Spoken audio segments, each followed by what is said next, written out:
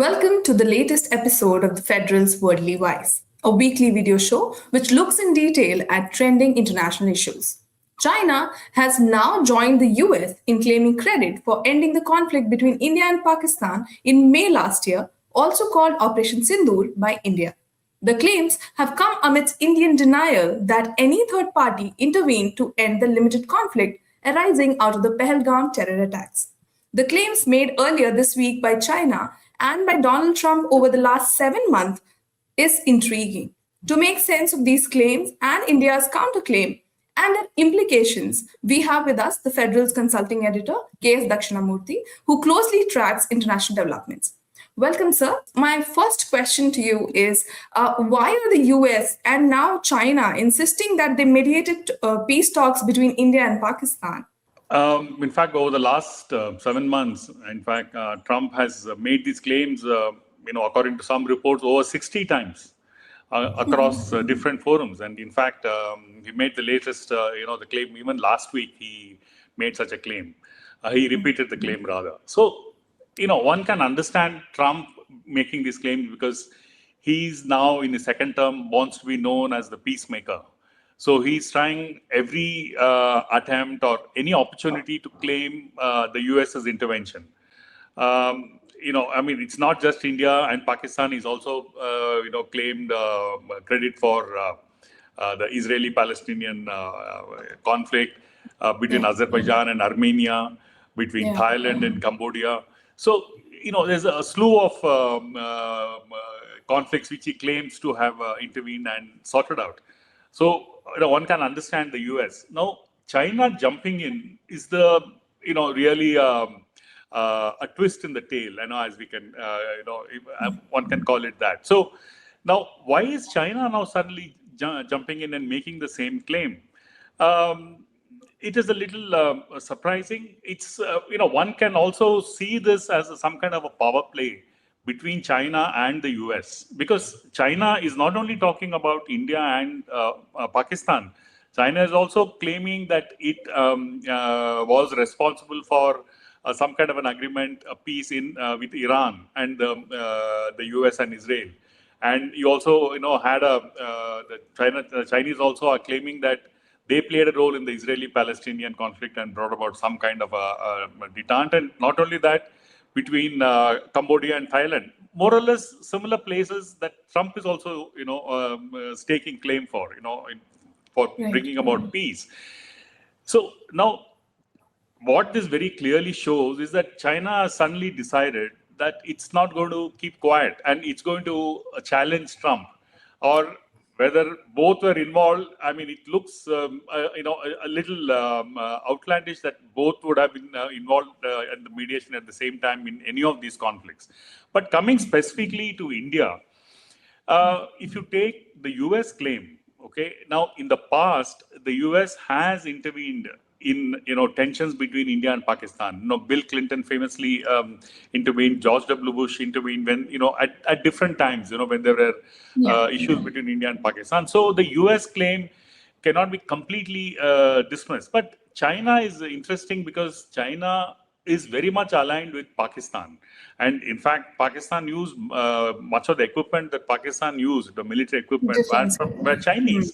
And the Chinese also in some ways were involved in the conflict. Now, that being the case, how would China have mediated with India unless China had, two fronts, one front where it aligned with Pakistan and the other front is where it also was trying to advise India to, bring about, have some kind of a deal with Pakistan. So, but then it's a little confusing. It's not going to easily resolve itself. Now, the third player in this is, of course, India. And India and the Indian government, the Modi government has consistently maintained that no third party was involved. So why would India say that? Because India is very sensitive as far as the Kashmir issue is concerned. And probably, there is some kind of overlapping that has happened. If, for instance, as far as Kashmir is concerned, India's historical position is that it has to be resolved bilaterally between India and Pakistan. And no third country can come into it. Now, what China is saying, or what the US is saying, is that they mediated the conflict, not the Kashmir issue. So, Right. you sometimes wonder whether, the truth lies somewhere in between all these claims and counterclaims. Right. But like you said, China was quiet all along, and now it seems to be in a competition with Trump. Why has it suddenly woken up? See, that is the other issue. Now, China, for instance, is, as you know, it's competing with the US at various levels. And, when Wang Yi, the foreign minister, decided that, he's going to explain at length the Chinese role, what it basically wants to portray is that in the South Asian region, it is the boss. It is the dominating influence, and China has a big say in the goings on within this neighborhood. Now, what has happened over the last about 20 years or so is that China has slowly moved in, and it is surrounded in some ways India. As far as its strategy is concerned. For instance, if you take Sri Lanka, China has a big role in Sri Lanka. It has a big role in Bangladesh. So in Nepal, and of course with Pakistan, it's extremely close.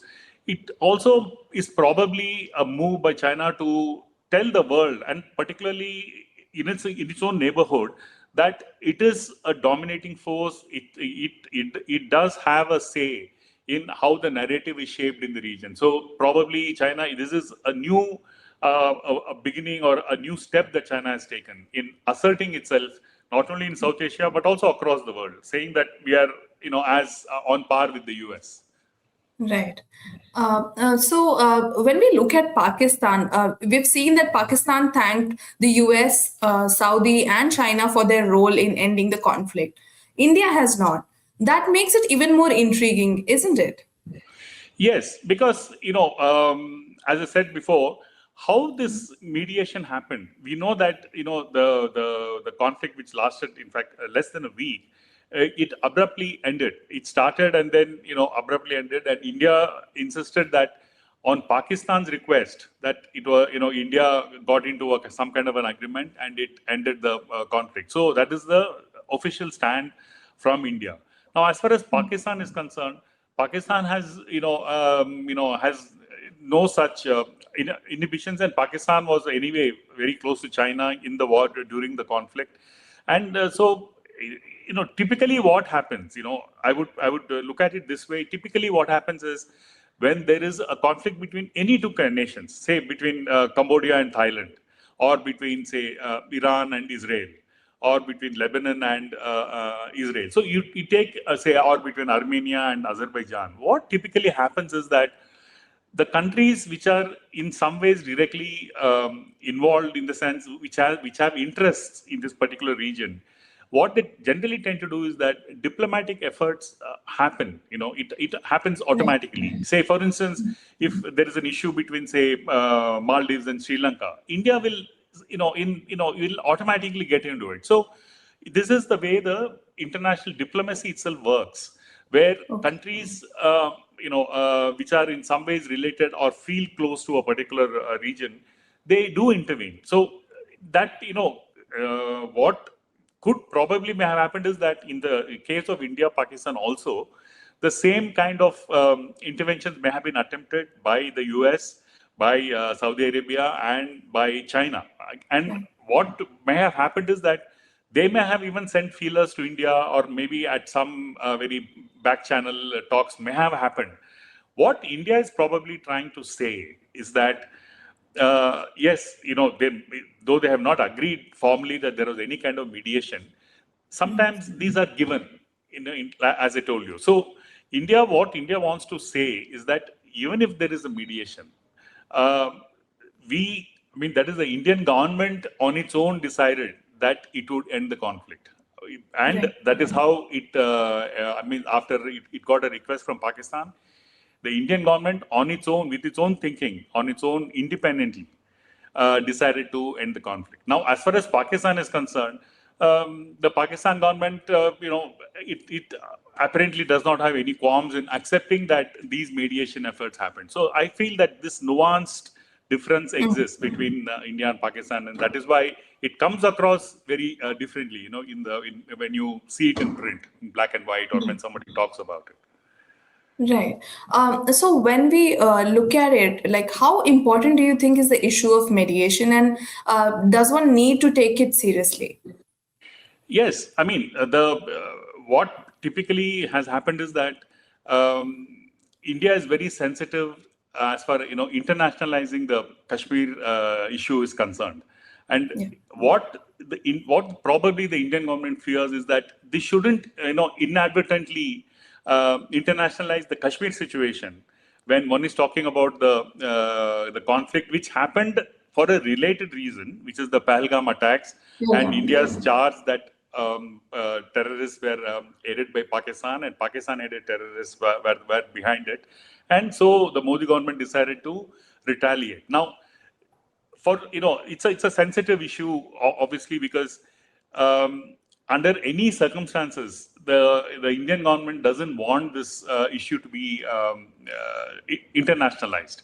So, and that is one thing. That is one view. The other thing is that mediation, around the world today, has become very crucial. One can see that happening as far as between Russia and the Ukraine. The Trump administration and Trump personally has been doing everything possible, doing a lot of heavy lifting to somehow end the conflict, which has not happened. So what has happened is that war happens. There is also mediation that accompanies it. We have seen that time and again between Cambodia and Thailand, where the ASEAN was very much involved in somehow ending that conflict. But the conflict is there. So it's what has happened is this is a new trend probably we see in international politics where conflict and mediation are accompanying each other, and both are happening quite virulently or actively. Right. Thank you so much, sir, for talking with us about this. Thank you. Thank you.